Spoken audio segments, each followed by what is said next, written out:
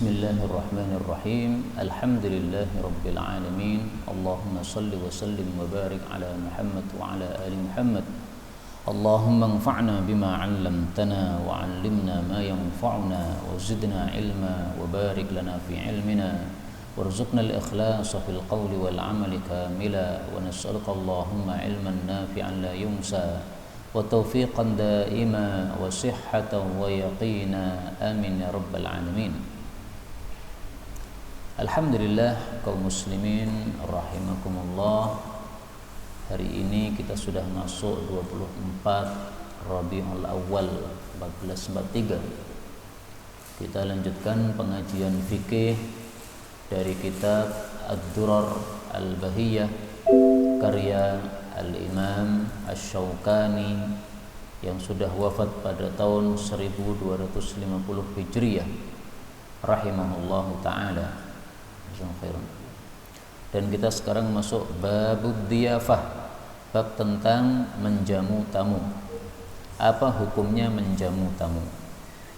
Yajibu, wajib, ala, atas, man wajada, orang yang mendapati, ma yuqri bihi, sesuatu yang dia bisa menjamu dengannya, man nazala alaihi minad duyuf, tamu-tamu yang singgah ke rumahnya, ay yaf'ala dzalik, untuk melakukan hal tersebut. Jadi menjamu tamu hukumnya apa? Wajib. Kenapa? Karena Rasulullah sallallahu alaihi wasallam mencela orang yang tidak menjamu tamu. La khaira, tidak ada kebaikan, fi man la yudif, bagi orang-orang yang tidak menjamu tamu. Ini hadis riwayat Ahmad, derajatnya sahih.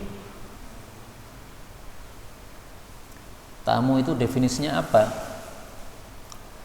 Orang dari jauh yang sengaja untuk menuju ke rumah kita, itu namanya apa? Tamu.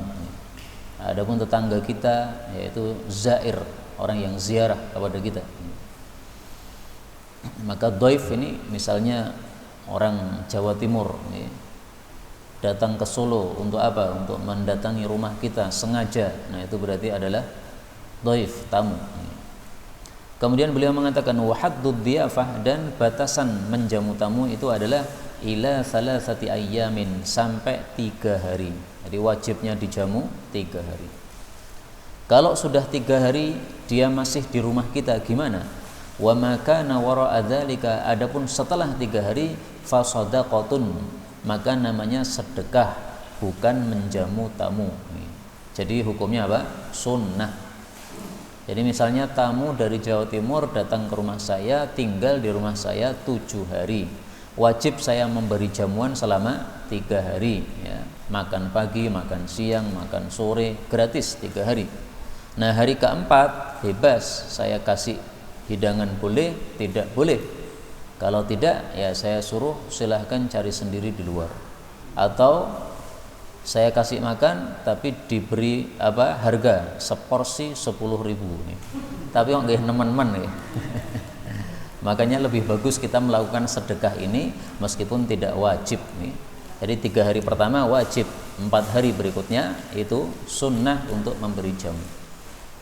Wala yahillu, tidak halal, maksudnya haram, lidhaif, bagi tamu, ayyaswiya indah, untuk tinggal di rumahnya orang tersebut, hatta yuhrijahu, sampai menyebabkan sempitnya orang yang menerima tamu tadi.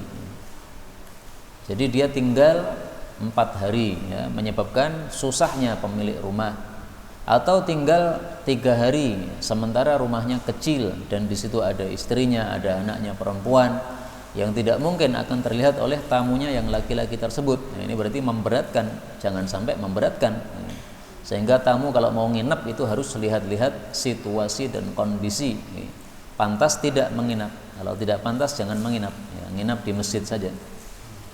Wa idza, dan apabila lam yaf'al, tidak melakukan, al-qadir 'ala dhiyafah, orang yang wajib menjamu tamu, ma yajibu alaih, sesuatu yang wajib untuk dilakukan, kana lidhaif, maka boleh bagi si tamu tadi ayyakhudha min malih, mengambil hartanya si pemilik rumah, biqadri qirahu, yang sesuai kadar jamuan makan untuk dia. Jadi misalnya saya dari Solo ke Jawa Timur ke rumah teman saya, tidak dikasih makan sama sekali. Boleh ketika dia tidur saya ambil dompetnya, saya ambil 10.000 untuk apa? Beli nasi bungkus. Nah, nanti siang saya tunggu lagi, dia tidak kasih makan, saya ambil ya, tak tutut 10.000 meneh. Nah, itu enggak apa-apa. Yang mengizinkan bukan ulama, tapi yang mengizinkan adalah Rasulullah sallallahu alaihi wasallam. Saya tampilkan di sini sabda Nabi. Wa man nazala biqaumin fa alaihim ay yuqruh. Siapa yang singgah di rumah suatu kaum, mereka wajib menjamunya. Fa illam yuqruhu, kalau mereka tidak menjamu dia, falahu ay yaghsibahum bimithli qirahu, boleh menggosok, yaitu mengambil tanpa izin hartanya yang sesuai dengan kadar jamuan makannya. Kalau ada nasi yang nggak usah ambil uangnya, ya, langsung kita sendok nasinya, nah, kita ambil. Dia pas tidur, nah, bangun-bangun bandengnya hilang. Kalau ditanya ini bandengnya kemana, ya bilang aja, ya mungkin kucing atau yang lain, karena manusia termasuk yang lain. Kemudian wa yahrumu, dan haram aklu ta'amil ghair, memakan makanan orang lain bi ghairi idnih, tanpa izin darinya. Jadi harta orang lain tidak boleh kita pakai kecuali dia mengizinkan, termasuk makanan. Ini masing-masing kajian ada dikasih makanan. Nah, tidak boleh kita ambil sebelah kita ketika dia tidur kemudian kita potong separuh. Nah, bangun-bangun tidur kaget, kajian selesai, rotinya tinggal separuh, nggak boleh. Kecuali kalau diizinkan. Nah, izin ini ada dua macam. Ada izin yang jelas, ada izin yang mafhum. Kalau izin yang jelas kita mengatakan saya ambil separuh rotimu, dia mengatakan ambillah. Nah, ini izin yang jelas. Izin yang mafhum maksudnya adalah kalau kita mengambil milik dia, dia tidak akan marah, bahkan dia senang.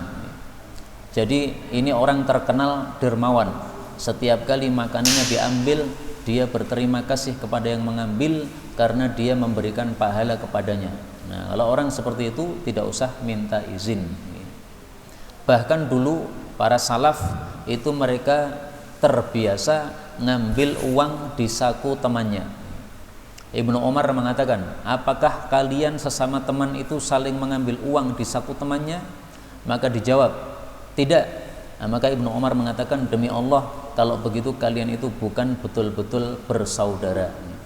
Kalau bersaudara betul-betul, itu ngambil duit dari kantongnya temannya itu enggak masalah. Jadi dompet dirogoh pas kajian ini, dijikok siji sing abang balik ke meleh, mboten napa-napa. Itu zaman dulu, nah, kalau zaman sekarang pasti jadi masalah. Ya, itulah adat ulama dulu sudah berubah. Pada kondisi sekarang ini tidak ada yang melakukan hal tersebut. Kemudian wa min dzalika, termasuk dari makanan orang lain adalah halbu masyiyatihi, memerah susu dari kambing-kambing dia atau ternak dia. Nah, tidak boleh kecuali dengan izinnya. Wa akhdhu thamratihi, dan mengambil buah-buahan pada pohonnya. Nah, ini kan sekarang musim mangga nih. Nah, tetangga kita punya pohon mangga. Malam-malam kita lewat ke sundul mangga, nggak boleh diambil kecuali kita minta izin dulu. Wa zar'ihi, tidak boleh mengambil tanamannya, misalnya sawah, padi. La yajuzu illa bi'ilnih, itu semuanya tidak boleh kecuali dengan izinnya.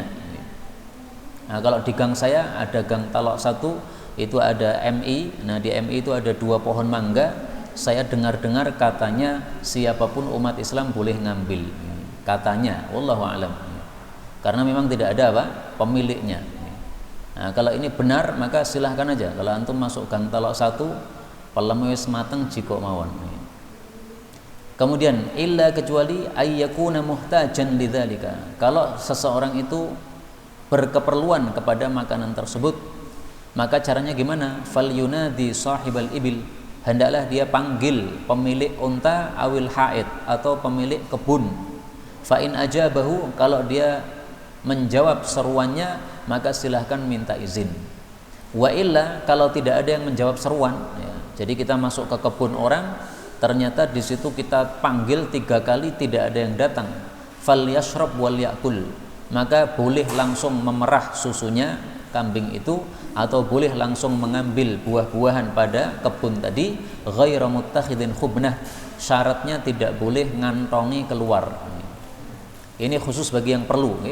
Jadi misalnya kita sedang perjalanan, kemudian kita kelaparan, kita tidak bawa duit karena lupa, atau mungkin duit kita hilang, jatuh. Nah, kita melewati satu kebun, di situ ada pohon-pohon mangga sedang berbuah. Nah, harus kita panggil dulu pemilik pohon, di mana ini? Siapa pemilik pohon ini? Panggilnya 3 kali. 3 kali nggak datang, bismillah, makan, sikat, boleh. Tapi syaratnya makan di tempat, tidak boleh bawa keluar.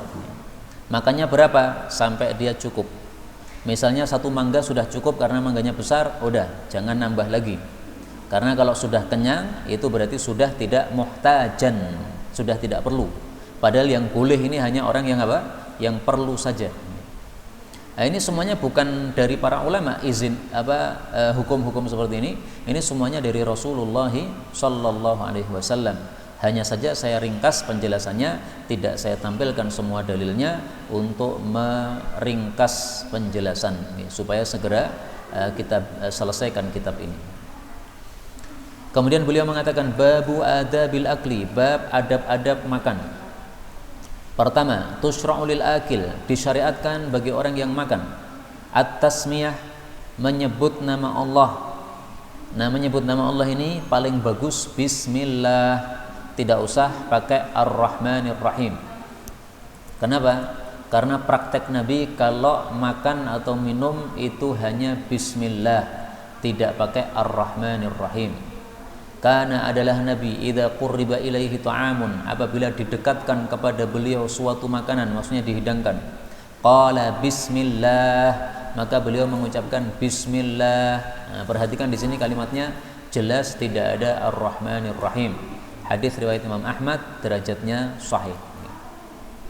Tapi memang ini masalah khilafiyah.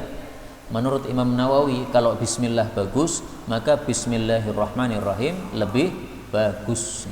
Tapi menurut guru saya Syekh Walid dari Madinah, beliau mengatakan tidak, karena Nabi itu adalah suri tauladan kita. Beliau bismillah, kita bismillah. Beliau bismillahirrahmanirrahim, kita bismillahirrahmanirrahim. Adzan, Allahu Akbar, jangan ditambah-tambahi. Allahu Akbar kabira, enggak usah. Allahu Ta'ala Akbar, enggak usah. Kenapa? Dari Nabi begitu itu. Nah, demikian juga makan bismillah, bukan bismillahirrahmanirrahim.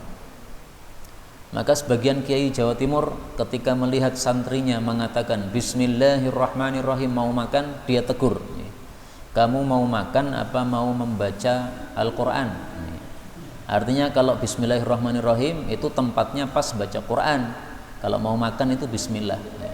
Nah, ini ternyata pemahaman tersebut tidak hanya dari guru saya di Madinah, tapi juga dari sebagian kiai Jawa Timur, namanya Mbah Abdul Qahar, Jawa Timur. Ini udah wafat beliau, ahli hadis.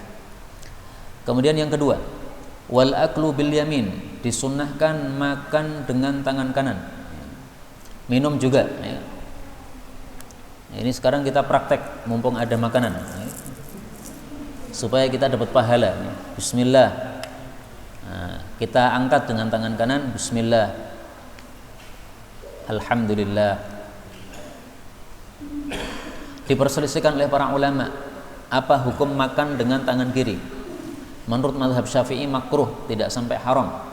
Menurut mazhab Hambali, ulama-ulama mazhab Hambali mengatakan haram, atau sebagian ulama Hambali mengatakan haram.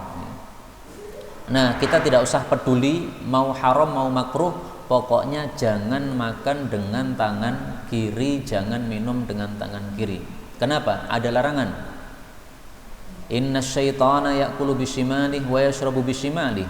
Setan makan dengan tangan kiri, setan minum dengan tangan kiri. Maka jangan makan minum dengan tangan kiri. Hadis riwayat Muslim sahih. Kemudian wa min haffatai ta'am, hendaklah dimakan dari tepi-tepinya makanan, la min wasatih, tidak dari bagian tengahnya. Ini roti bundar ya. Cara makannya pinggirnya gini, Pak. Jangan diberakot tengahnya. Seperti anak-anak kecil ya. Kalau tengahnya itu ada apa namanya? Topengnya, langsung diambil tengahnya. Nah, itu tidak adab begitu. Mestinya pinggirnya dulu. Pinggirnya terus menerus sampai habis. Itu kalau makan sendiri. Kalau makan berjamaah, maka dalam beri, maka kita mengambil tepi yang di depan kita pas. Jangan ngelonjak atau mengambil pada tempatnya orang lain. Karena itu tidak adab. Makanya beliau mengatakan wa mimma yalihi, dan dia memulai dari yang dekat dengannya. Ini kalau makannya jamaah. Tetapi makanan dibagi dua. Makanan yang satu macam dan makanan yang beraneka ragam. Kalau makanannya hanya satu macam, maka adabnya kita makan yang di depan kita, jangan pindah-pindah ke sana kemari. Tetapi kalau isinya bermacam-macam, maka silahkan pindah-pindah. Misalnya lotes, di depan Anda sambal, nah, jangan makan yang di depan terus, nanti sakit perut. Ya kita pindah-pindah, ngambil sana ada timun, ngambil sana ada mangga dan sebagainya. Nah, maka hukumnya dibagi dua oleh para ulama, dan itu juga berdasarkan prakteknya Rasulullah sallallahu alaihi wasallam. Yang kelima, wayal aku, dan beliau itu dan hendaklah dia itu mengulum asabi'ahu, jari-jarinya, wasahfata, dan juga piringnya. Jadi piring kalau ada sisa-sisa makanan hendaklah diulum. Maksudnya diulum itu dikoreti dengan jari kita. Kalau punya sendok ya pakai sendok.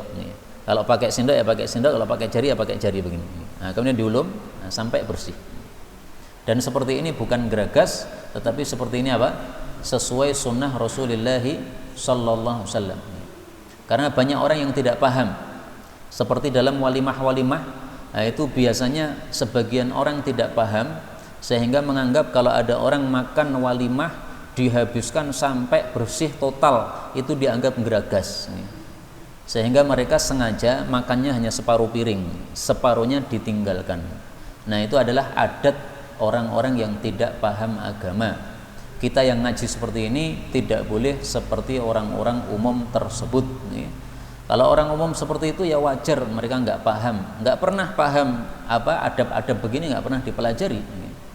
Buktinya mereka minum ya pakai tangan kiri, ngopi ya pakai tangan kiri, makan pakai tangan kiri, memang nggak pernah belajar. Nomor 6, walhamdu, dan memuji Allah indal faragh, ketika selesai. Jadi makan selesai satu piring, baru ditutup dengan alhamdulillah. Jadi alhamdulillahnya bukan setiap satu suapan. Kalau Imam Ahmad kan setiap satu suapan alhamdulillah, satu suapan lagi alhamdulillah. Tapi yang sesuai sunnah adalah alhamdulillahnya itu di akhir, ketika sudah selesai. Dalilnya apa? Tadi saya tampilkan lagi yang dalil tadi ya. Karena adalah Nabi idza qurriba, kalau didatangkan makanan kepada beliau mengucapkan bismillah. Fa idza faragha, kalau sudah selesai, nah baru mengucapkan alhamdulillah. Alhamdulillahnya macam-macam. Ini salah satunya ini. Allahumma innaka at'amta wa saqaita wa aghnaita wa aqnaita wa hadaita wa ijtabaita. Allahumma falakal hamdu ala ma a'taita. Ya Allah, engkau beri makan, engkau beri minum, engkau beri kekayaan, engkau beri kecukupan, engkau beri petunjuk, engkau memilih. Ya Allah, hanya bagimulah pujian atas apa saja yang engkau berikan. Nah, ini tahmid dibaca di akhir saja, tidak setiap kali satu suapan kemudian alhamdulillah, alhamdulillah. Kemudian nomor 7, wa doa, dan juga membaca doa. Nah, doa setelah makan juga bermacam-macam, tetapi yang paling bagus adalah doa berikut ini. Ini doa yang pasti diampuni bagi kita apa saja dosa-dosa kita kalau kita membacanya setelah kita makan.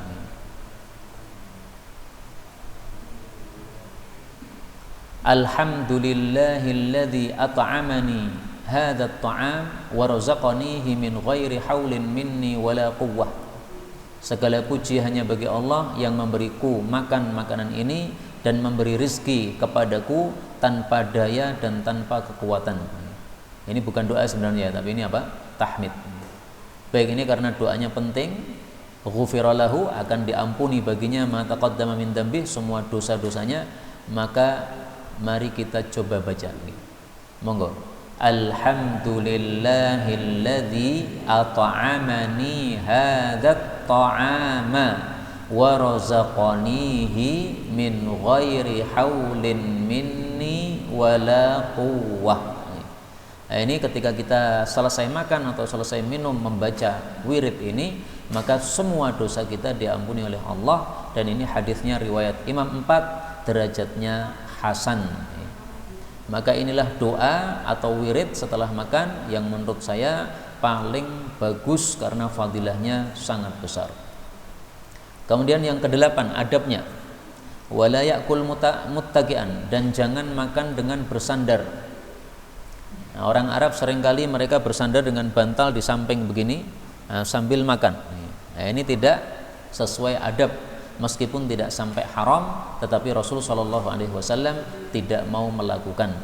Kenapa? Itu adalah adatnya orang-orang yang biasanya makannya banyak, sehingga mereka makan sambil bersandar seperti itu.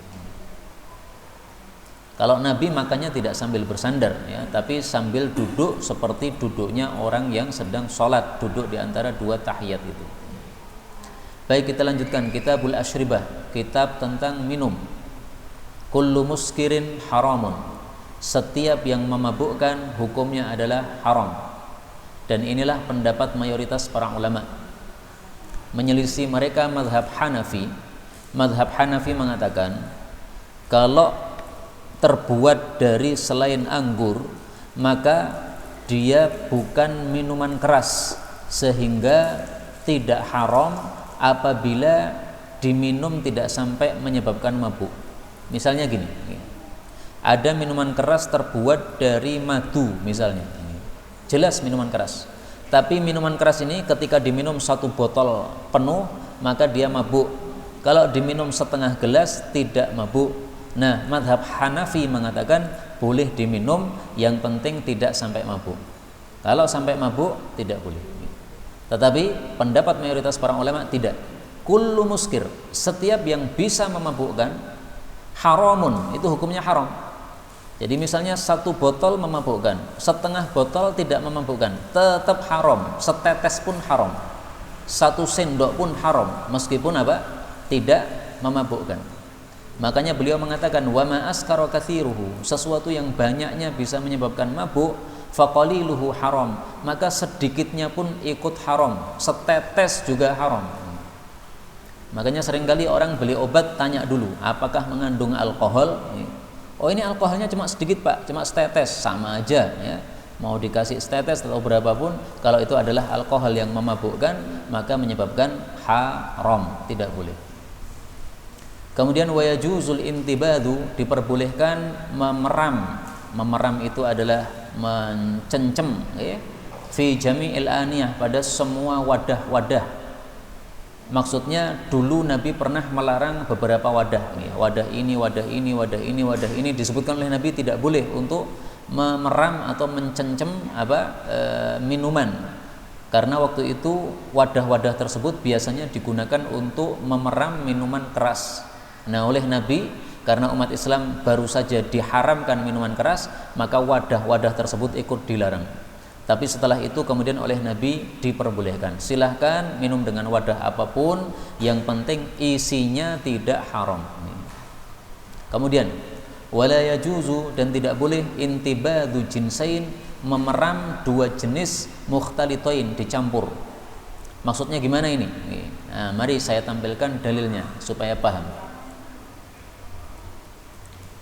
Rasul sallallahu alaihi wasallam bersabda, la tantabidhu, janganlah kalian itu memeram az-zahwa war-rutaba jami'an, kurma yang sudah matang dengan kurma yang masih kemerampu, digabung, tidak boleh. Kenapa? Ketika digabung ini menyebabkan mudah untuk menjadi arak atau menjadi minuman keras. Wala tantabidut tamra waz zabiba jami'an, jangan memeram kurma dicampur dengan kismis dalam satu wadah. Kenapa? Mudah menjadi arak. Wantabidu kulla wahidin minhuma ala hidatih, silahkan perang masing-masing pada tempatnya sendiri-sendiri. Jadi ini satu gelas isinya peraman anggur, satu gelas isinya peraman korma, nggak ada masalah. Tapi kalau dicampur korma sama anggur dalam satu gelas, nah itu menyebabkan cepat sekali menjadi arak. Ini hadis riwayat Nasa'i, derajatnya sahih. Nah kalau Indonesia, insya Allah rata-rata tidak memeram anggur dan sejenisnya tadi, tetapi memeram teh, ya. Nah, dan biasanya meram pagi diminum sehari itu sehingga tidak akan membuat mabuk sama sekali. Kemudian wayahrumu, dan haram hukumnya takhlilul khamr, menjadikan cokak minuman keras. Jadi minuman keras dikasih tambahan bahan-bahan tertentu sehingga menjadi cokak, tidak boleh. Artinya apa? Barang yang sudah haram itu tidak boleh dipermak menjadi apapun juga, tetap haram. Karena itu obat-obatan mengandung khamr, tidak boleh. Loh ini sudah bukan khamr, ini obat, sama saja Kang, ya. Itu ada khamrnya di dalamnya. Vaksin juga begitu, mengandung apa? Unsur babi, tidak boleh. Oh ini bukan babi Pak, ini obat. Iya obat tapi ngandung apa? Babi. Seandainya ada vaksin mengandung babi, maka haram. Jadi kalau punya khamr gimana? Harus dibuang, tidak boleh dimanfaatkan lagi.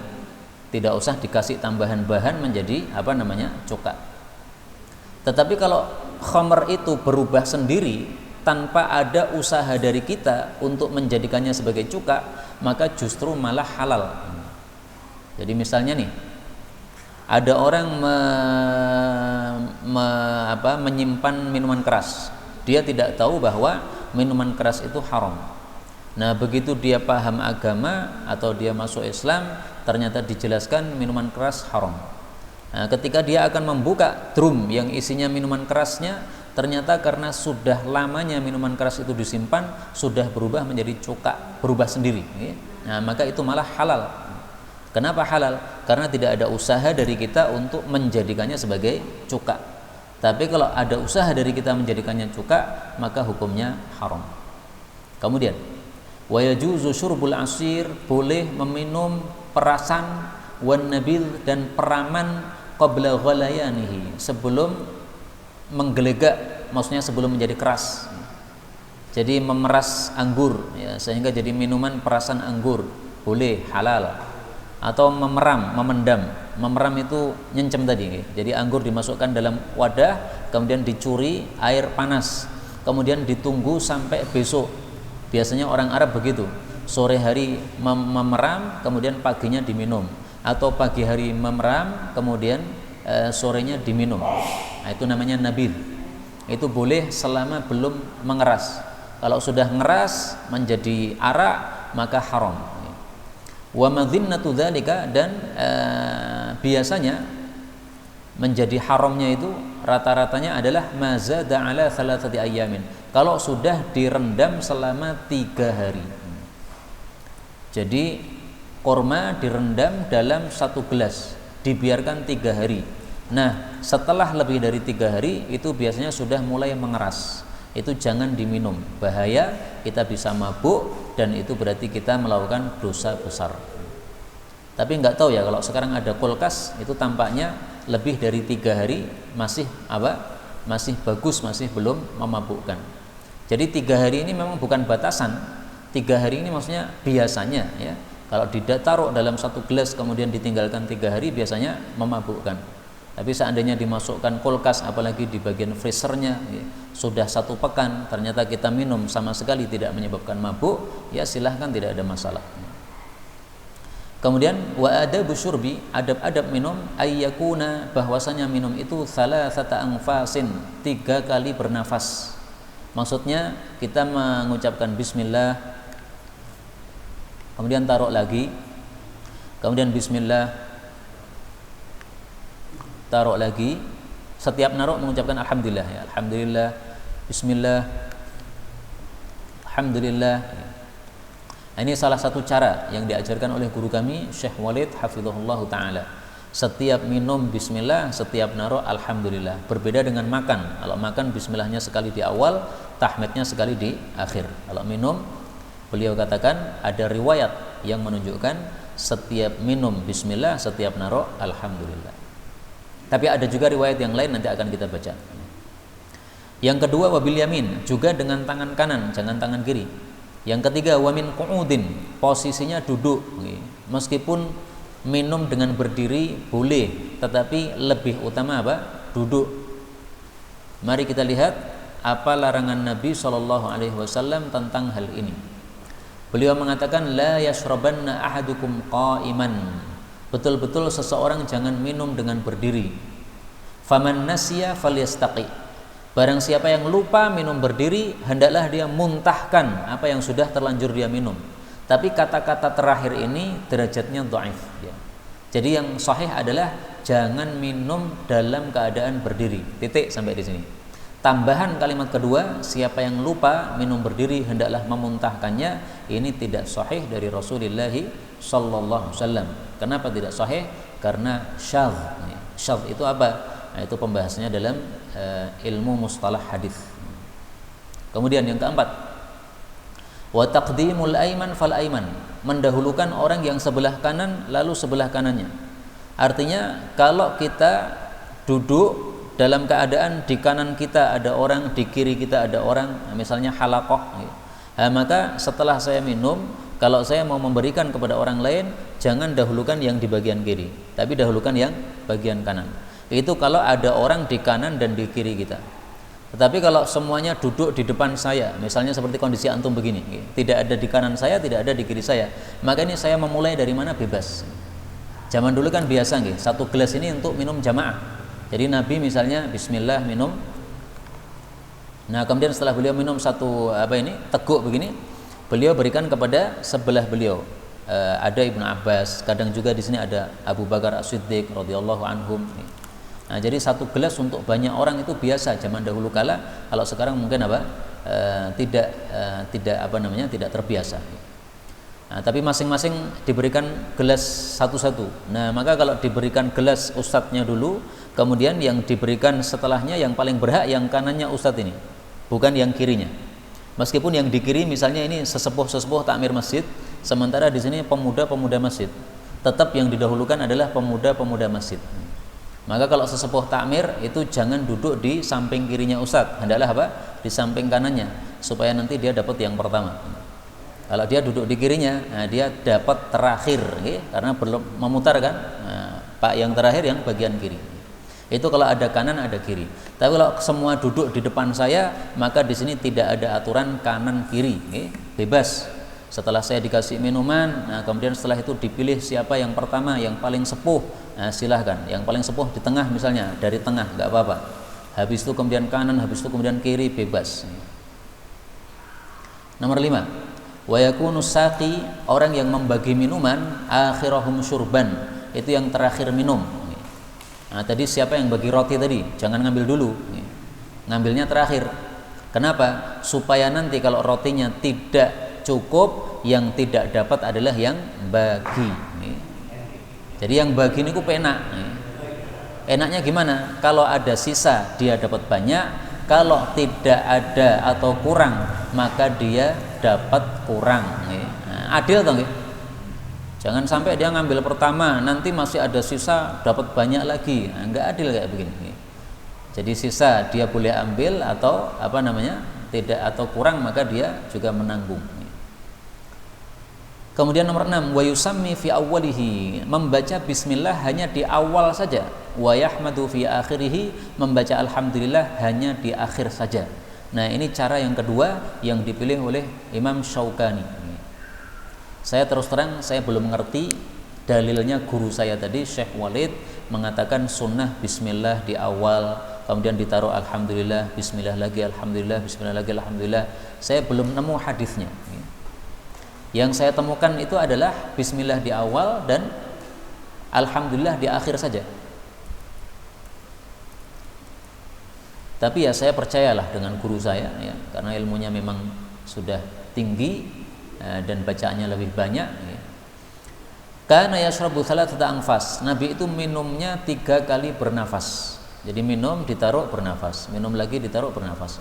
Yusammillah, beliau membaca bismillah fi awalihi, hanya di awalnya. Wa yahmadullah, membaca alhamdulillah fi akhirihi, hanya di akhirnya. Hadis riwayat Ibnu Sunni, derajatnya sahih. Nah, maka kalau antum pakai pendapat yang kedua ini bagus ya, kita sudah temukan hadisnya. Kalau pakai pendapat yang pertama tadi ya nggak ada masalah karena yang menyampaikan juga ulama, tapi sangat bagus kalau kita cari dulu hadisnya kayak apa. Kemudian wayukrahu, dan dimakruhkan at-tanaffus fis siqa, bernafas dalam wadah minum. Jadi minum sambil bernafas makruh ya. Kenapa? Karena dikhawatirkan ada sesuatu yang keluar dari hidung kita kemudian masuk pada minuman kita. Nah, maka akan memadharati diri kita sendiri dan juga akan menyebabkan orang lain jijik meminumnya. Karena orang yang setelah kita minum sambil membayangkan ada upil kita yang kemampul di situ. Wan nafkhu fihi, juga dimakruhkan meniup. Nah, jadi makanan panas jangan ditiup. Enggak boleh, nggih. Lah bolehnya gimana? Supaya cepat dingin, dikipasi, boleh. Atau dikasih kipas angin, boleh. Lah apa bedanya kipas angin dengan tiupan mulut kita? Beda.